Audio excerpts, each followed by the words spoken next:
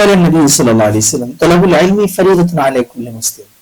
ইলম দ্বীন তলব করা সকল মুসলমানের উপর ফরজ। আসলে আমরা আমাদের সন্তানদেরকে যে ইলম শিখাচ্ছি না, কি উত্তর দিব আল্লাহর কাছে? আমি বলছি না সকলকে আলেম বানাতে হবে, মুফাসসির মুহাদ্দিস বানাতে হবে,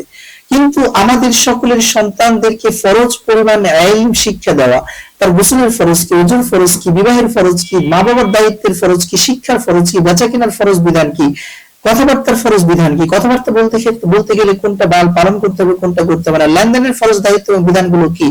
মুআমালাত মুআশারাত অর্থাৎ মানুষের সাথে কর্মব্যস্ততার জীবনের মধ্যে তার আবশ্যকীয় কাজগুলো কি, এগুলো শিক্ষা দেওয়া, ইসলাম কি বলে, আল্লাহ কি বলে, এটা আমাদের সকলের জন্য ফরজ দায়িত্ব। ফরজ ইলম যদি আমরা আমাদের সন্তানদেরকে শিক্ষা না দিই, তাহলে অবশ্যই রব্বুল কারীমের দরবারে আমাদেরকে হিসাব দিতে হবে। সন্তানকে 7 বছর বয়স হলে নামাজ পড়ানোর কথা বলা হয়েছে, অথচ 7 বছর আগে যদি আমরা সন্তানকে নামাজ না শিখাই, কালিমা না শিখাই, কোরআন না শিখাই, তাহলে কি করে সেই সন্তান আমাদের জন্য আল্লাহ পাকের দরবারে